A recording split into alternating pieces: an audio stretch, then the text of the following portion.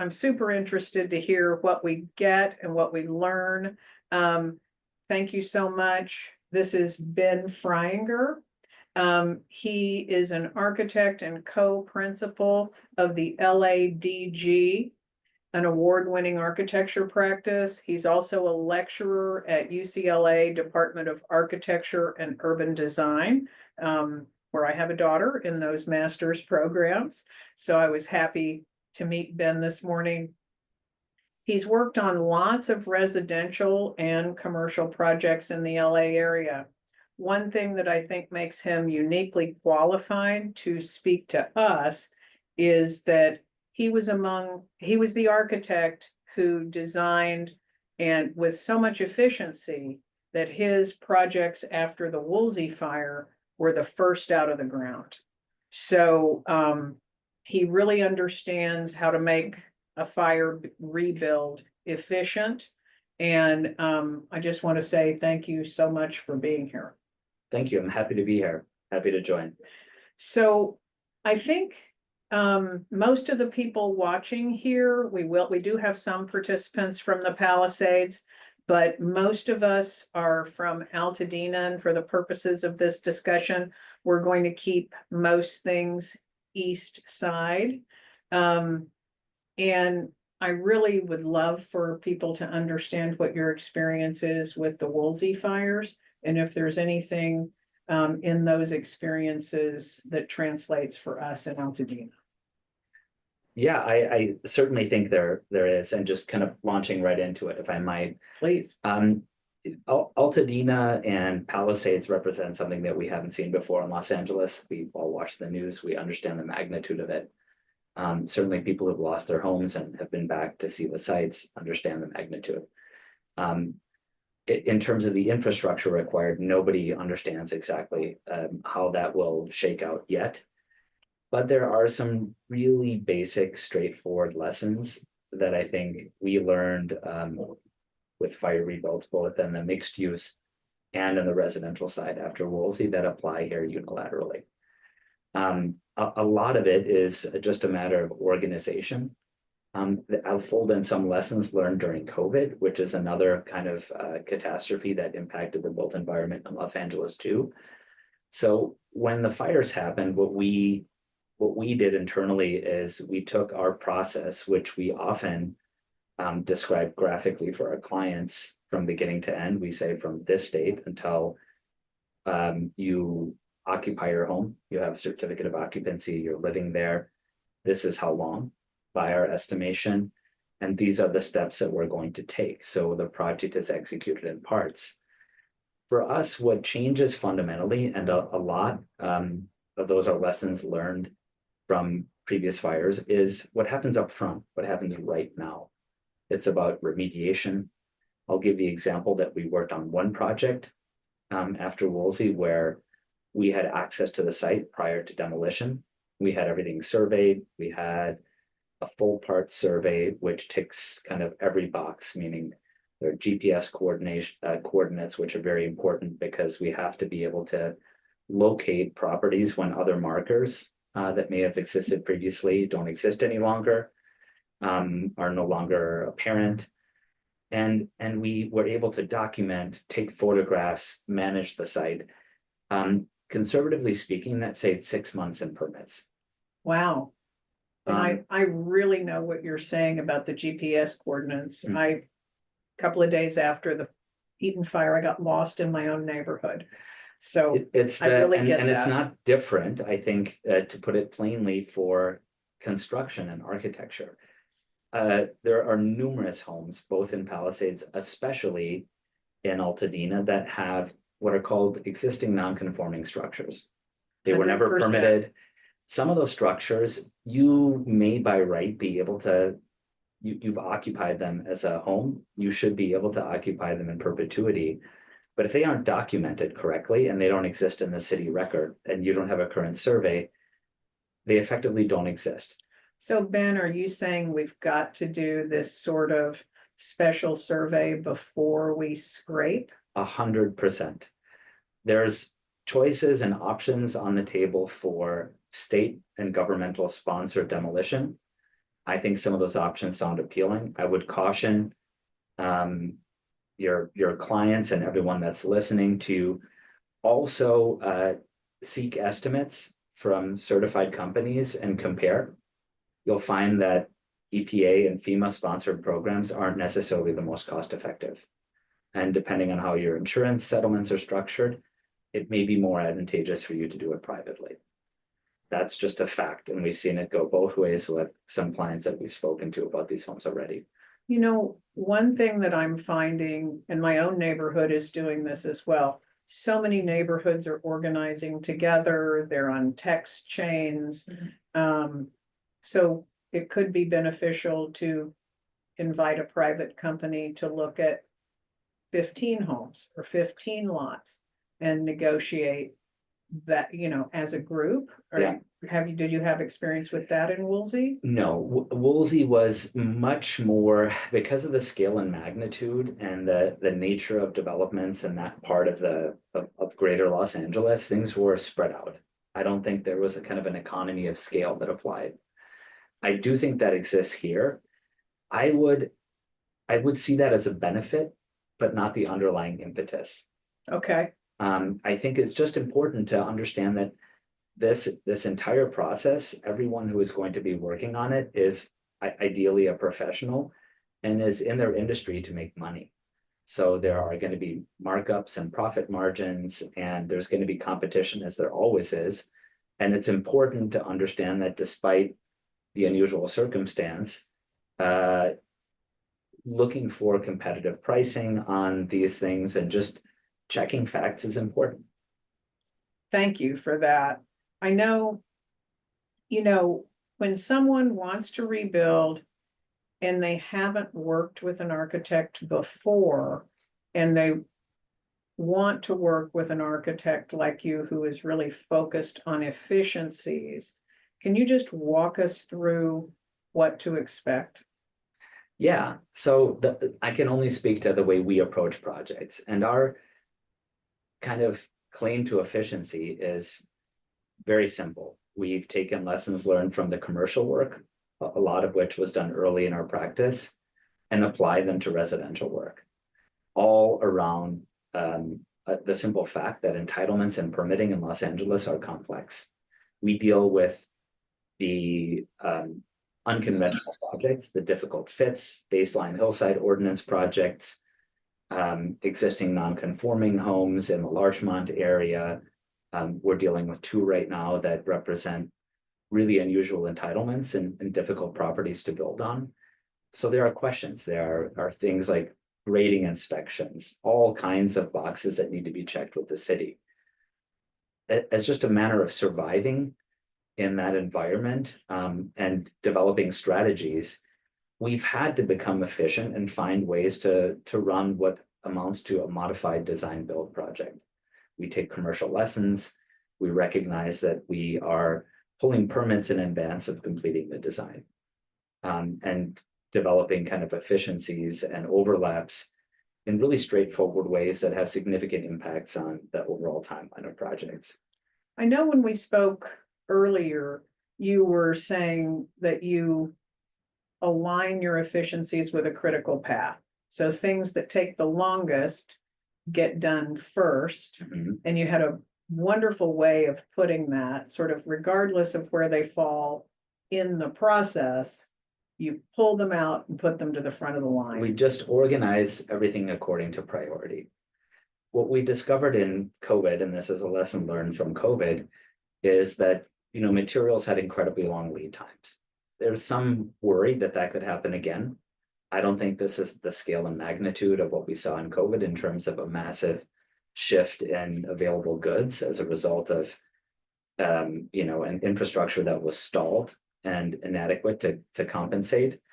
But I think it's safe to assume that that will happen again.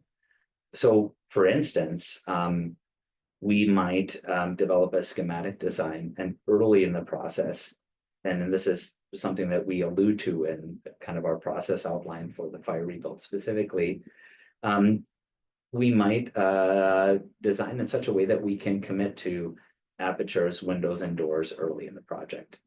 things that have incredibly long lead times. How do we know they have long lead times?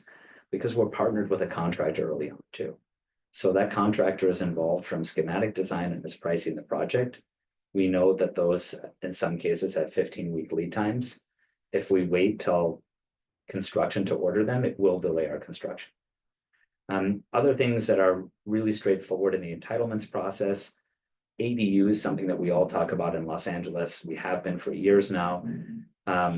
We learned lessons from that kind of entitlement as well. That, for instance, the Department of Water and Power, which has to supply water and power and qualify whether an ADU is buildable by right. That's one of the clearances that you have to go through when you are permitting an ADU. Many designers would go through that process and go to apply for utility permits with their contractor during construction and find that it's 6 months out minimum.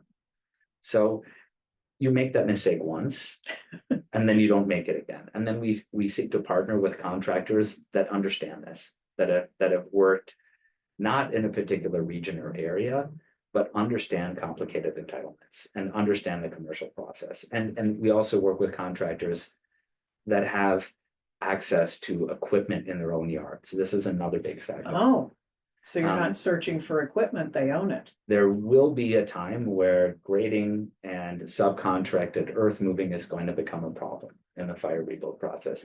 It's safe to assume that there's going to be a strain on those kind of services. Los Angeles is a big place, speaking about the greater basin.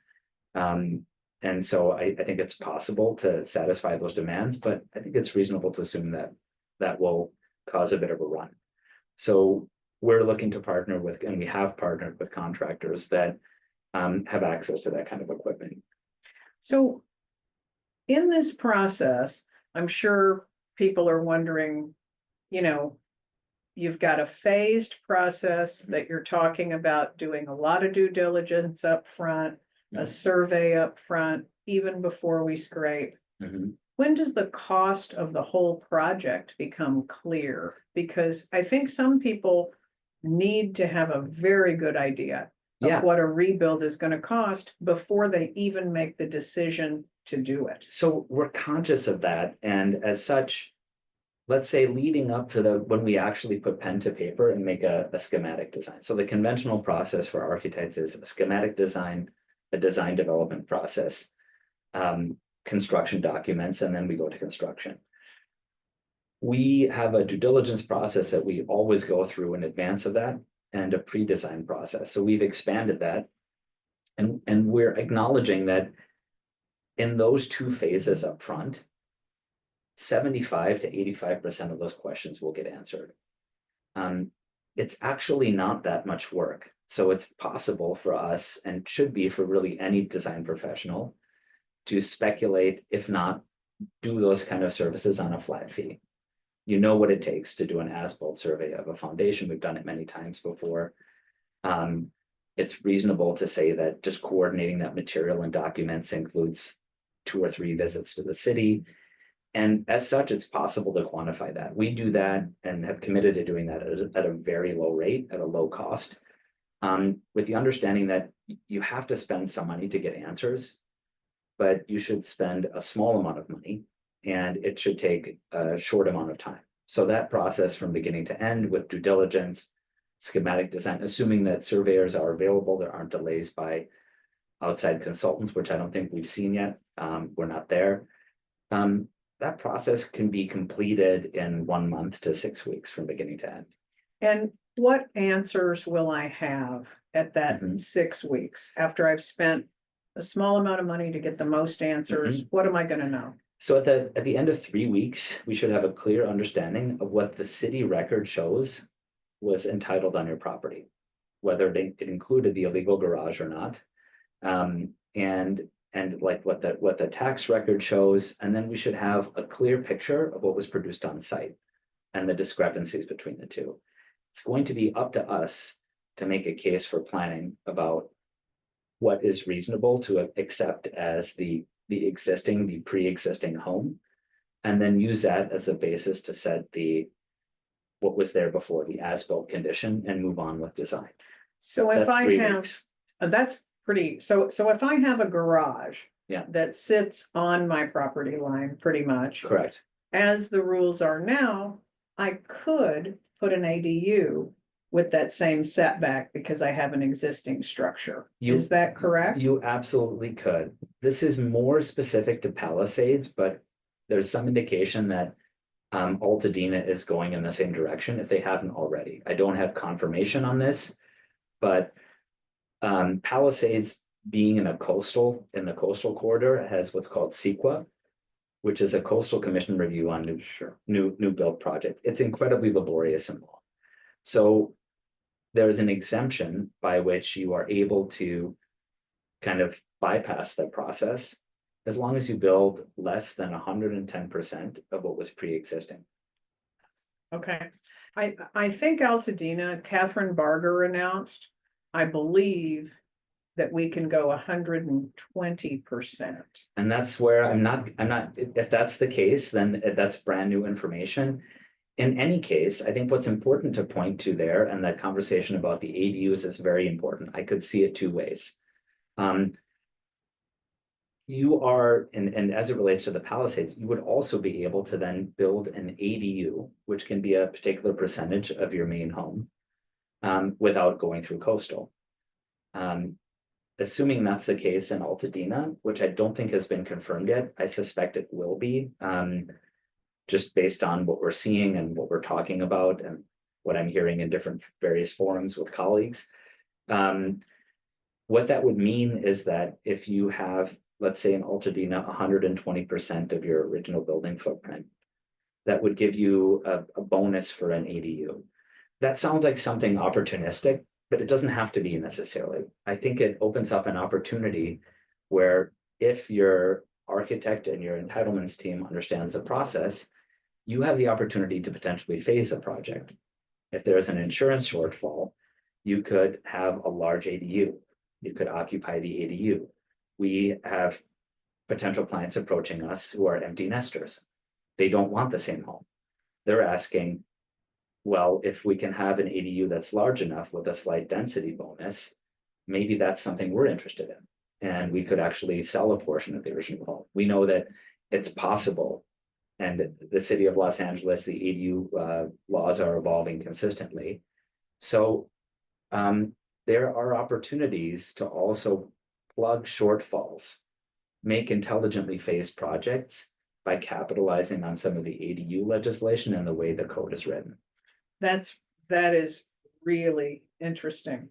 I know that I read a newsletter this morning comparing Eaton Fire to Paradise, which, and there was some information there, and I've seen this many places.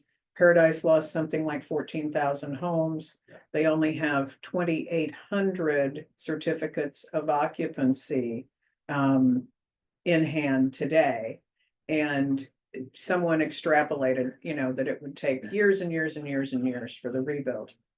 In my mind, we're in a very different situation. We're in a major urban area. That comparison doesn't seem completely valid to me. I would love to know your opinion. When can we break ground on our rebuilds here in Altadena? You're asking a question that I'll answer it carefully. I think this timeline is going to be shifting, and a lot of it will depend on infrastructure. My assumption is that infrastructure will keep pace with the process. We have a pretty long timeline for permits regardless. Presumably that timeline can be shortened with some programs and some shortcuts that the city is putting forward right now between Karen Bass, Gavin Newsom, and local constituents. We are county.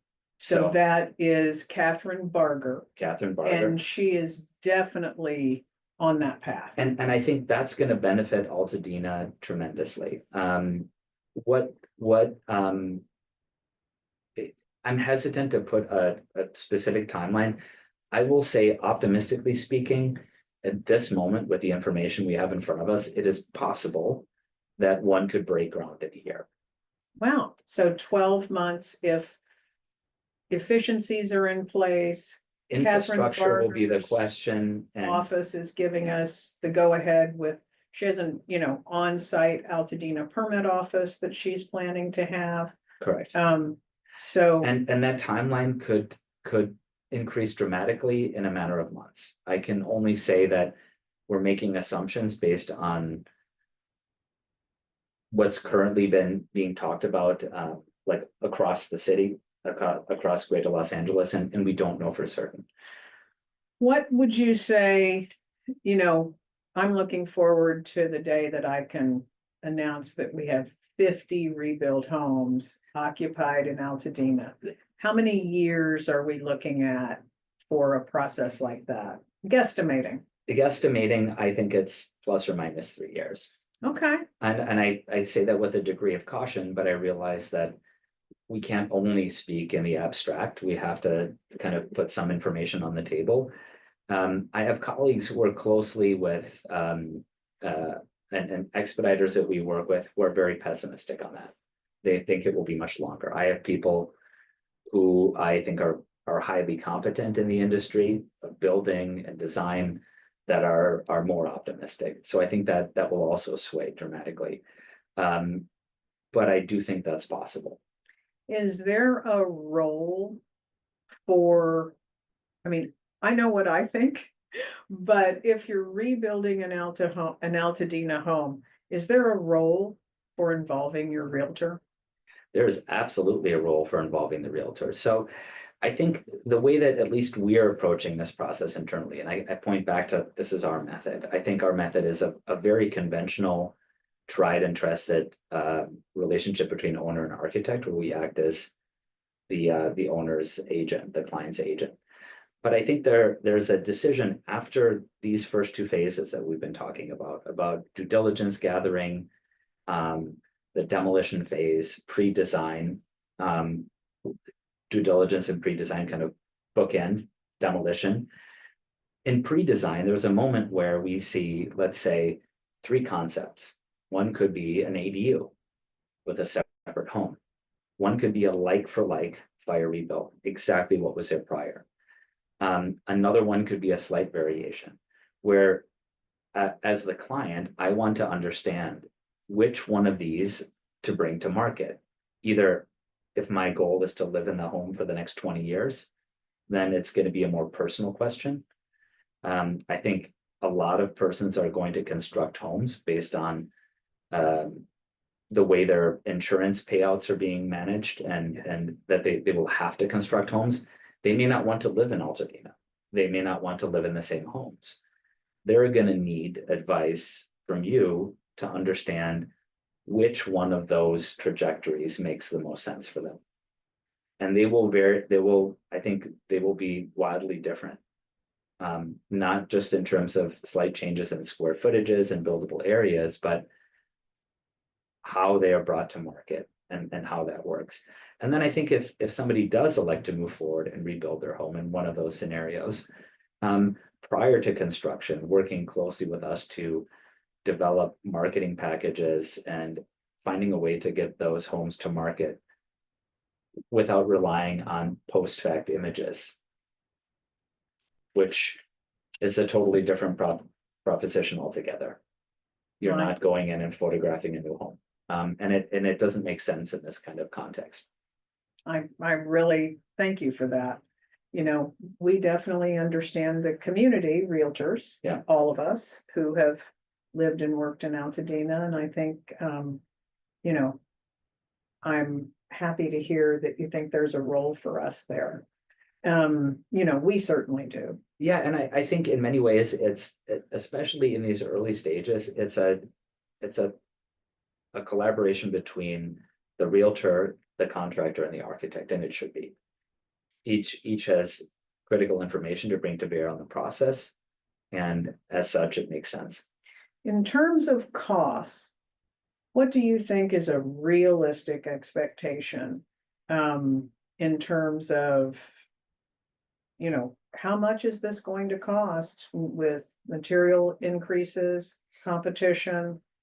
What is a realistic price per foot? It's a very difficult question to answer. I keep saying that, but this is especially difficult. It's gonna vary wildly with expectations about even finishes, what your home looks like, inflation of materials. So there's a number of factors. I would say that it's hard for me to imagine building below $1,000 a foot in the basin. And then the number will go up significantly from there. Wow. That is, I know that that's daunting for most people, given, And it is. I think that that number should also be considered in context with whether you want to rebuild the same large home that you raised your children in and a family grew up in and want to retire, and that is two persons, or whether you might consider doing something different. We're operating in an inflated economy in general. And as such, I think that the questions about what gets rebuilt are going to be critical. wow. Can you talk a little bit about, do you become involved with the insurance adjuster during that rebuild? And how do you work with insurance if you do? Absolutely. So what's going to happen is, and this is based on experience, it's going to vary by insurance company. There will be an initial insurance proposal, an adjustment. This is the number that is available. Different costs allocated for different things. So if there's a particular cost for demolition and that's allocated for demolition, you should be aware of that and understand that you could save money in demolition, but that money that you save may not be available to you for the remainder of the build. Clients don't always know this. So just providing a little bit of insight about the language used by the insurance companies that describe different phases of construction, that's important. And then understanding like that typically what we experienced was there was an initial insurance payout, and then there was an adjusted payout later in the process. So understanding how we coordinate pricing with that information in mind, so we have a price from the contractor early and are able to manage the budget accordingly, knowing that there could be an adjustment in the future. When does a client apply for that? Is that something that they can depend on as part of their budget, or is that at the kind of discretion of the insurance company? When those kind of milestones are and how they relate to our process are critical. Can you help me understand, excuse me, if someone has a loan on their property, might the bank assign some sort of a project manager? I haven't come across that specifically on residential projects. That doesn't mean it couldn't exist. I think it would depend on the size of the loan and the lender. Got it. What do you want to tell me is most important for people who are considering rebuilding? I feel like, what are some real foundational questions outside of financial questions that people might want to ask themselves before they decide to rebuild? I think that this comes directly from the conversations I've been having with potential clients around this. I've had conversations about maybe we don't want to be in California anymore. Really asking, and it sounds like as though I'm pointing out the obvious, but what do you want? How do you see yourself living going forward? The knee-jerk reaction has been, that we've seen also has been, we want to rebuild our home. The nature of the family has changed over time. Like, to get very clear about how you imagine yourself living there, if at all, and what that story looks like going forward. Otherwise, there's nothing to rebuild and there's nothing for us to work with. We need to understand what it is you hope to achieve, and that the costs associated with different scenarios will vary wildly. The timelines may vary. The timelines may vary. And then I think that the simplest thing is there is a desire to move quickly and be the first ones in the queue. I think that's important on some level, not to wait too long, but I think there's kind of a false sense of urgency there. There's a lot of questions that haven't been answered. The thing that I would urge everyone in this position to do is to be deliberate and first gather information. I think, as Altadenans, and I would imagine there are lots of Altadenans on the call, our desire, I think, is not only to rebuild our individual homes and our individual lives, but to rebuild what was Altadena, what still is the spirit of Altadena. Mhm. And can you speak to, what is it to rebuild a community? What kind of critical mass of rebuilt homes and rebuilt commercial districts do we need to feel that we're back in our Altadena vibe? I mean, the thing that comes up for me the most is when I talk to friends or potential clients about this, or simply am consulting with various persons, is my children's school burned down. I think for us, there's a few markers, kind of culturally, some archetypal things that we all equate with this is my community. It's where's my children's school? It's like where do we go grocery shopping? It's the basics. It's you know, Where does Little League happen? exactly, like where are my kids playing sports? Like where do we do the things that represent for us what it means to be a community? I don't think there's too much of that needs to happen. And if I had to project myself into this kind of scenario, and I do that very cautiously, understanding that I don't know what this means. I haven't experienced this. I can't fathom what it would mean to lose a home and lose everything. But I would feel a sense of community if my kids can return to their school. I would feel a sense of community if I could go for a walk on the street and maybe go to the grocery store, have a hot cup of coffee. For me personally, there's very few things that add up to kind of congeal and make that feeling of community. I don't think it's a lot. I don't think it's the entire community has to be rebuilt. I think that will unfold over a decade. That's really interesting. And you know, when I'm talking to people, it seems that people with very young children, not yet school age, are maybe interested in moving on. People who are older than 70, you know, are maybe considering moving on, given the timelines. I'm hearing, uh, you know, a hard no, we won't go in the middle, Yeah. Yeah. really wanting to recreate what is Altadena. And, what I'm really curious to know from an urban planning perspective, I mean, is this an opportunity to recreate some additional commercial districts or recreate parks? And I'm certainly not an urban planner, but it seems that, if we're starting with nothing, what are those opportunities maybe to improve the community at large? And I think I'm kind of optimistic that good bureaucracies actually work at some level, and LA is a functional, dysfunctional bureaucracy.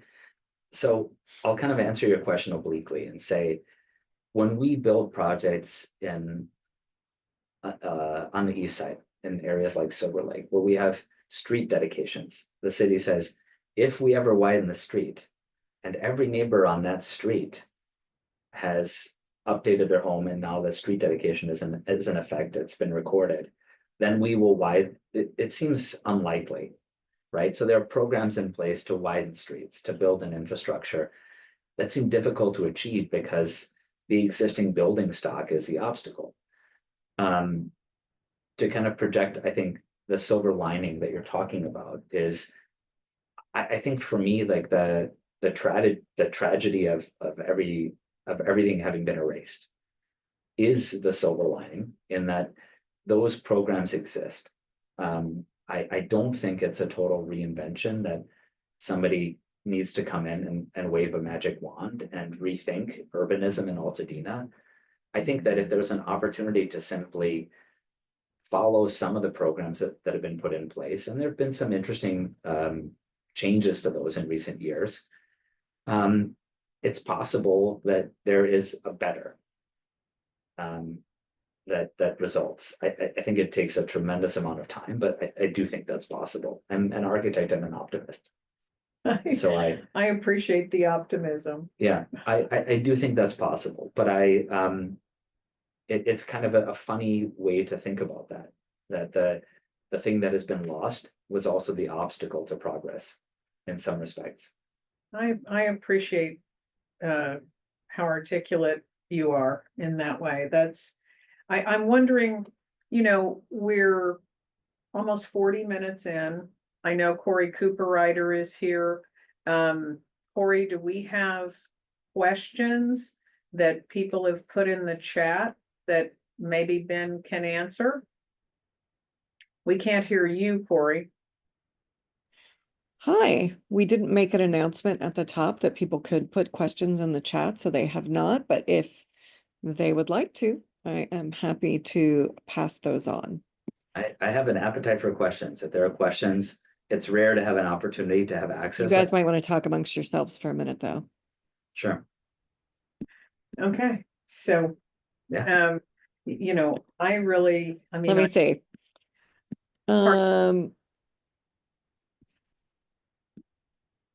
Well, I don't have any questions in the chat at this time. So do we have any parting thoughts? One thing I would like to have a little more understanding about is when you say do that due diligence up front and you talk about schematic design and having those choice points. So really we're looking at math. We're just looking at 4th grade math. Yeah. What can I afford to do? What does the site allow me to do? Correct. And then I make my decisions from there. But a little bit more nuance than that. So the due diligence is, first of all, what is my site? What is recorded? What constitutes my home? Does the illegal garage count? The pre-design part and the 3 choices, let's say there are 3. It's about, yes, it's about that math, but then we as designers need to assign a mass, a layout, an overall concept to that, to understand you have X amount of dollars available to you. And we're projecting $1,000 a square foot. That's what we said in this conversation. Ouch. Ouch. Then we can make some assumptions about that.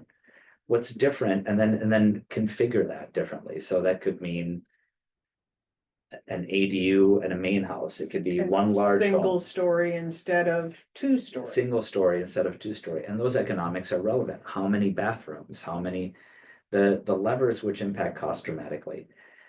We'll make some assumptions in that concept, but working with a contractor really shortly on the heels of that, we're kind of optimistic that we've been doing this on other projects, that we're able to pull pretty accurate pricing early with the right team. What about, and this is just something I've been considering as I've been pricing lots that may go for sale. People are really in flux. Are we going to sell the lot? Can we rebuild? What about SB9 and how the lot split could really affect people's economics in a huge way here? I know that's, increased density. It's very popular with some people. It's very unpopular with others, but SB9 is here. And I'd love to know how you might use that. It's a larger conversation. It's difficult for me to imagine most residential rebuilds going the route of SB9. I would have to imagine another scenario where persons are sadly forced to sell lots, and they're picked up by a developer, and then lots are developed. That's not to say that that's not possible. And we have a lot of research and a lot to say about the changing nature of Los Angeles living, and that we are going to have to accommodate a different notion of family, let's say, whether these are partnerships, trusts, land trusts, anything all the way from a group of persons who've agreed to live together to 2 generations of extended family.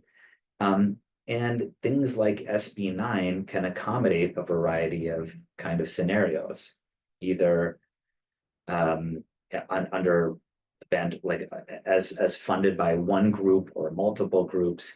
But I can't, it's hard for me to imagine that happening without first some changing of without property first changing hands, to put it bluntly. No, I understand. Yeah. I really understand. I just have been very curious about how that would come to play. I know I've heard in various community meetings, I heard a gentleman, with a very romantic and romanticized tone talk about, wouldn't it be great to see the return of bungalow courts? Oh, gosh, yeah. He had lived in a bungalow court in his Yeah. 20s. He's probably in Everyone his lived in a bungalow court in their mid-60s, 20s. I did too. Yeah. And still has those Yeah. friendships. Yeah. And, just romanticizing the possibilities here. So I guess as we move through this process, we'll see what those possibilities are and how to add lifestyle and, I am you know, gonna We'll jump absolutely see, yeah. you guys want to take a couple questions. Sure. okay, great. Firstly, this is a bit of an interesting one. Someone was asking, and I'm not sure if we have the answer, if they sold their current lot but wanted to buy a new lot to rebuild on, how would it work with insurance? Which none of us are insurance adjusters, but I thought that was I can take a stab at that, and I could be wrong as rain. So I'm sure Ben will take a stab too. Right? I think the adjuster is looking at your structure, not your lot.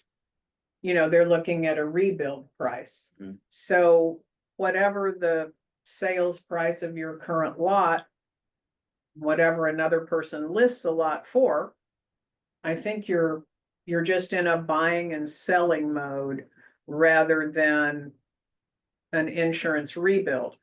However, so many policies have a relocation application, right? If you've lost a 3 and 2, they want to put you into another 3 and 2 elsewhere. So it's an interesting idea. And that is something I'm going to see an insurance adjuster in about 15 minutes. I have my own appointment, and I'm going to ask him that question. Yeah. And let's get back to everybody. I would love to know that answer too. Yeah, that's a fascinating question. I So think for me, it points, the way you answered it, I think is correct. It's what will the market bear in those particular instances. There is money in form of either rebuild money or relocation bonuses, demolition money. All of that goes in the pot. And if it is in fact available to you, then it's a question of what is the selling price of your lot and what is the acquisition cost of the new one, plain and simple algebra. yeah, plain and simple. I mean, I like how much more articulately you expressed that, but but yes, same answer. let's try this one. So a few people have asked about price per square foot rebuild. Ben, what are all the components inside of that number? So there's one thing that keeps coming up. Well, what about my foundation? Wouldn't that save some cost? I'm just going to say kind of unilaterally, no. It's likely that your foundation is going to have to be demolished. There may be unusual circumstances where you have deep caissons, things that are worth keeping, that have a high price tag associated with them in compromised soils conditions in particular sites. Those will be nuanced. Speaking generally, I don't think there's any benefit there. The other factors are simply like what's the nature of what you're rebuilding? It's obviously the size. Then Teresa pointed to a really good point. Is it 2 stories or 1 story?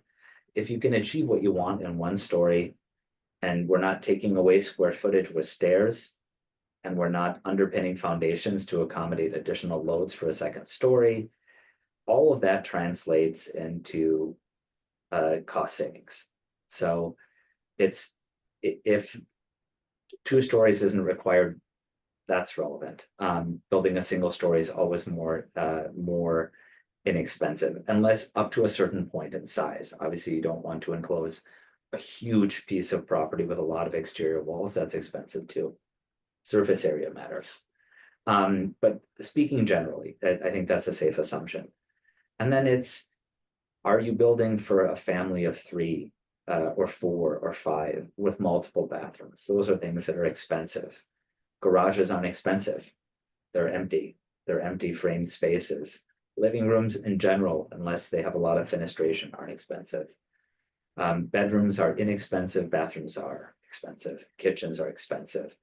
So whether you build an ADU and you have to provide all of that plumbing infrastructure for 2 kitchens on site and additional bathrooms, those are all going to be variables and questions. And developing pricing that kind of addresses that is critical. It's not rocket science, but it is very important. I have a question. So if you have a total loss and you had utilities on site, do you still have utilities on site? It's a very good question. I mean, because that's very expensive. It's very, presumably, yes. So you would have, if we're building a new home, there is LADWP access. And one of the factors that you pointed to when you were talking about new lots is, we always have to ask our clients up front or answer for our clients is, like, our will serve questions. And that means, how do we get sewer there, or septic, electrical? How much digging is required? How far do we have to pull that? How deep? How deep? Those are costs that you don't easily recapture in your budgets. Presumably, when you are on city utilities, the city has to put that back unless the city defaults on their will serve requirements, which we all hope is not the case. And at this time, it doesn't seem like that would be the case. That if you had access to a city main in your back alley, you will have access to that again. Fantastic. Okay. Yeah. What interesting question here. So if you wanted to rebuild but add an ADU during your rebuild, could you permit it all at once, or would you need to kind of go in phases because No, it's a great question.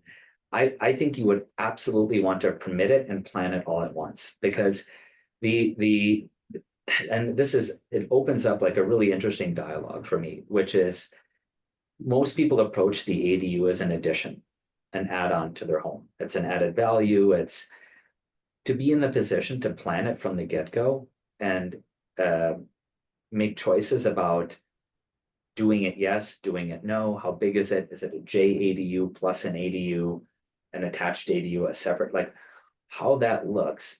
Having the capacity to make those choices up front is a tremendous luxury. And I'm cautious to say it that way, but it is. And it points back to an adequate amount of planning. And when I say take a breath and plan correctly now, because the options available to you will change dramatically as a result. I mean that. It's not necessarily the best impulse to simply say, I want to put back what was there.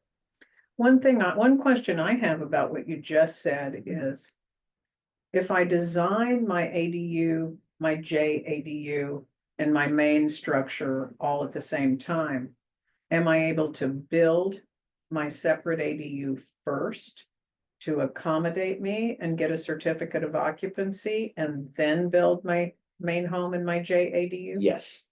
Fantastic. We are under construction on an ADU in Los Angeles with completely separate utilities and a separate recorded address. Fantastic. So that really provides options. Provides options. And when I say that, how much our ADU policy, which is continuously evolving, and in part because of some of my colleagues at UCLA, like Dana Cuff, who's been instrumental in pushing policy at the city, is a lifeline in this process if managed correctly. That's just expand on that. When you say is a lifeline in this process. I have an insurance payout that is inadequate for rebuilding what was there before. There are going to be other options available to me. That means a smaller home, a separate ADU, one could be rentable income. something that persons haven't considered previously because it hasn't been available to them. Or That would required. be, or required, that would be post fact, post occupancy. But even in the process of construction, at the most basic level, it means two phases. We can afford this now. We'll come back to the house later. Maybe we have a chance to build that later. I really appreciate that. I have Have any more questions or shall we wrap up? I have a couple little quick ones. Teresa, just in broad terms, we have a couple questions on land values. Is it too soon? Do we have an idea of how land will be valued in Altadena? I think, there's, that question begs so many additional questions. There are a number of lots already listed in Altadena, and they are listed between $50 a square foot for a lot. It's actually listed at 49. I've rounded up. $50 a square foot for a lot, all the way up to $100 a square foot for a lot. It is dependent on where you are, your lot size. Are you on a corner?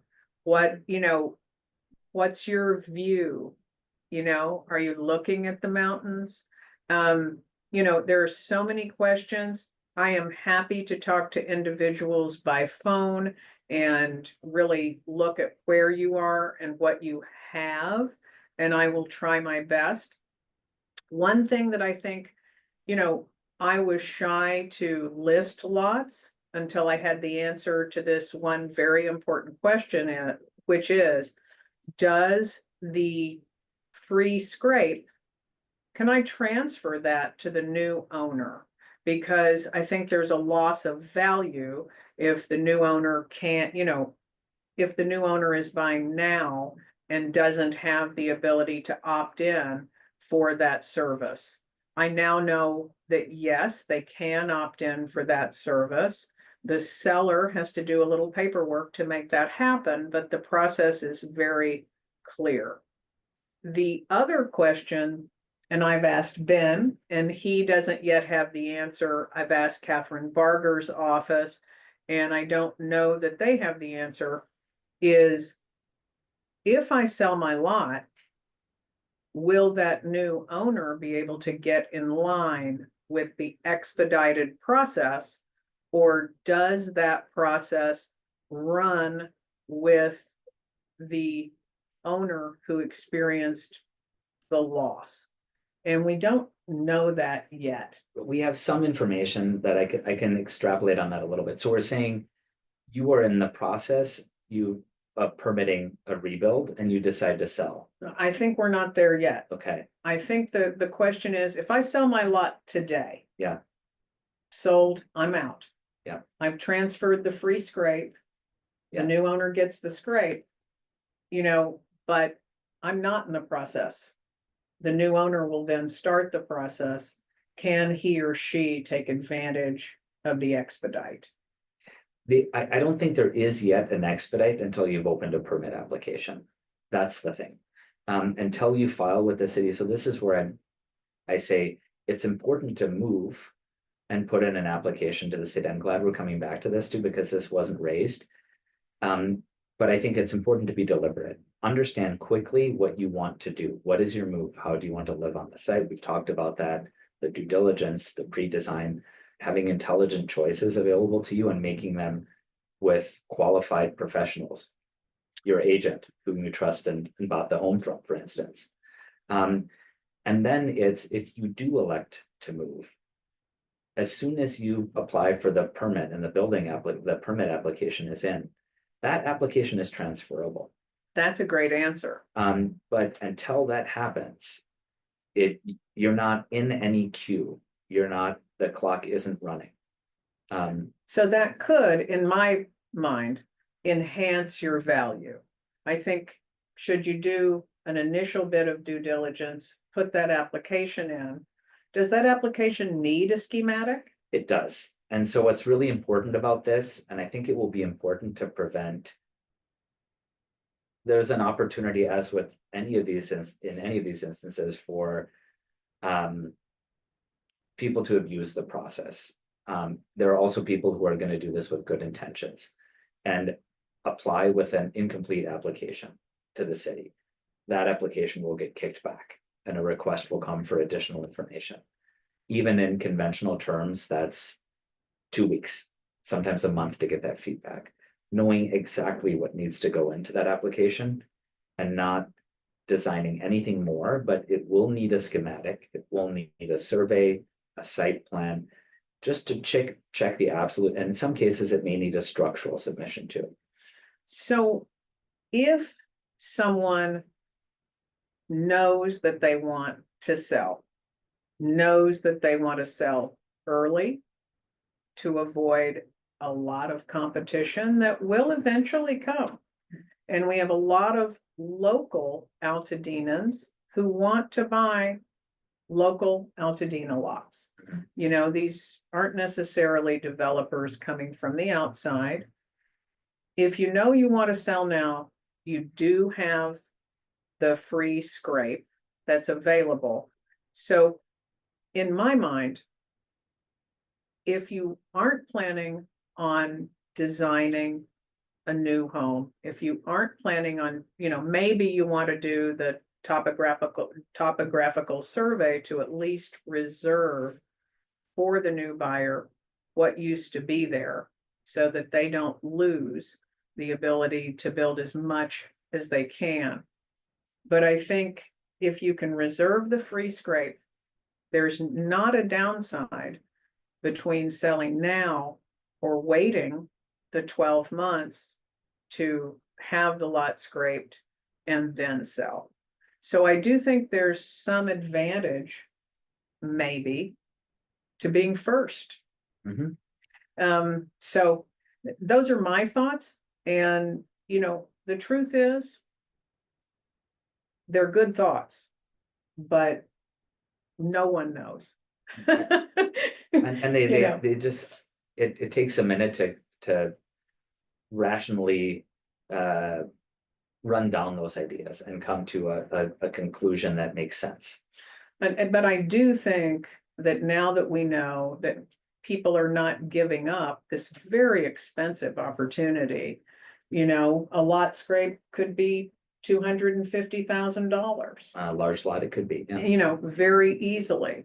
So now that we know that people aren't giving up the opportunity for this no-cost option, selling early, in my mind, is not a bad thing, if you're sure that that's what you want to do.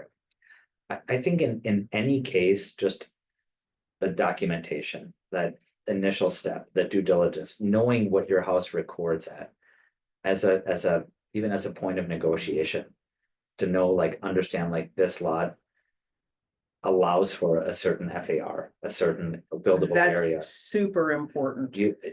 All of that is information I would want to have to engage in even selling my lot, to understand the inherent value. And I think a buyer wants to know, what's the FAR? I have to know what I can build before I know what I'm willing to pay, especially at $1,000 a foot for what I'm going to choose to build in the future. And the conventional rules won't apply. This is not something that I can research internally and come to a new lot, because of the fire rebuild status. We were able to put more on there, potentially 20% more potentially, and 20% more of what. We need to understand what the what is. And I think we can, 20% more keeps your Prop 13. But if you're selling, maybe you can put 40% more, depending on what you had in the first place. Altadena is a place that had lots of 1,400 square foot homes on 12,000 square foot lots. So I think that initial research would be very valuable. Yeah. This is one kind of interesting question. I don't actually think we know the answer, but you guys might surprise me. And you brought up, this naming of the streets and kind of being able to band together with your community to get things done. But somebody asked about sidewalks, building back. A lot of Altadena residential neighborhood streets don't have sidewalks. What if, like, how might people go about trying to get the county to put in sidewalks in the rebuild? Great question. Great question. I mean, I've had that question asked to me over and over. Ben, you're the urban planner guy. I mean, not zero answers to that, and it's going to be very nuanced, I suspect. I mean, Los Angeles and Brentwood in the 80s didn't build sidewalks to control pedestrian traffic in those communities. There's a history of sidewalks, no sidewalks. It's going to depend a lot on encroachments too. What's entitled on those lots, and does putting in a sidewalk adversely affect someone's opportunity to maximize the square footage on the lot, for instance? That's really interesting. I unfortunately have got to step out for my own insurance adjuster appointment, but Corey, would you like to stay with Ben for a few minutes if we have more questions? Yeah, there's a question or two we can follow up with. I apologize for having to step out. I really enjoyed this, Me Ben. too, Thank me you. I too. learned a lot. I I'm really happy to be here. appreciate Thank you. All right, Teresa, why don't you step through? Step through and I'll look forward to hearing the answers to the other questions. So Ben, I'm not sure we covered this particularly, but there seem to be some folks in the chat who are curious about adding an ADU to their property. It wasn't there before, and so they're not insured for it. How might rebuild funds work? Like, have you seen someone apply rebuild funds to an ADU that maybe wasn't there? Haven't seen anything yet because nothing has happened yet. There hasn't been a single rebuild to my understanding, So True. I think that if you have rebuild funds available to you, how those funds are allocated, it's tied to the property. That's what's remaining. I can't imagine that any of that money is earmarked as, let's say, not applicable for an ADU. I don't think that would be the case. ADUs are they should be available by right. What's interesting is that once you build the ADU, you can have a separate address, separate utilities. So it's a tremendous loophole, actually. Okay, cool. And then let me follow up with, I am looking for it.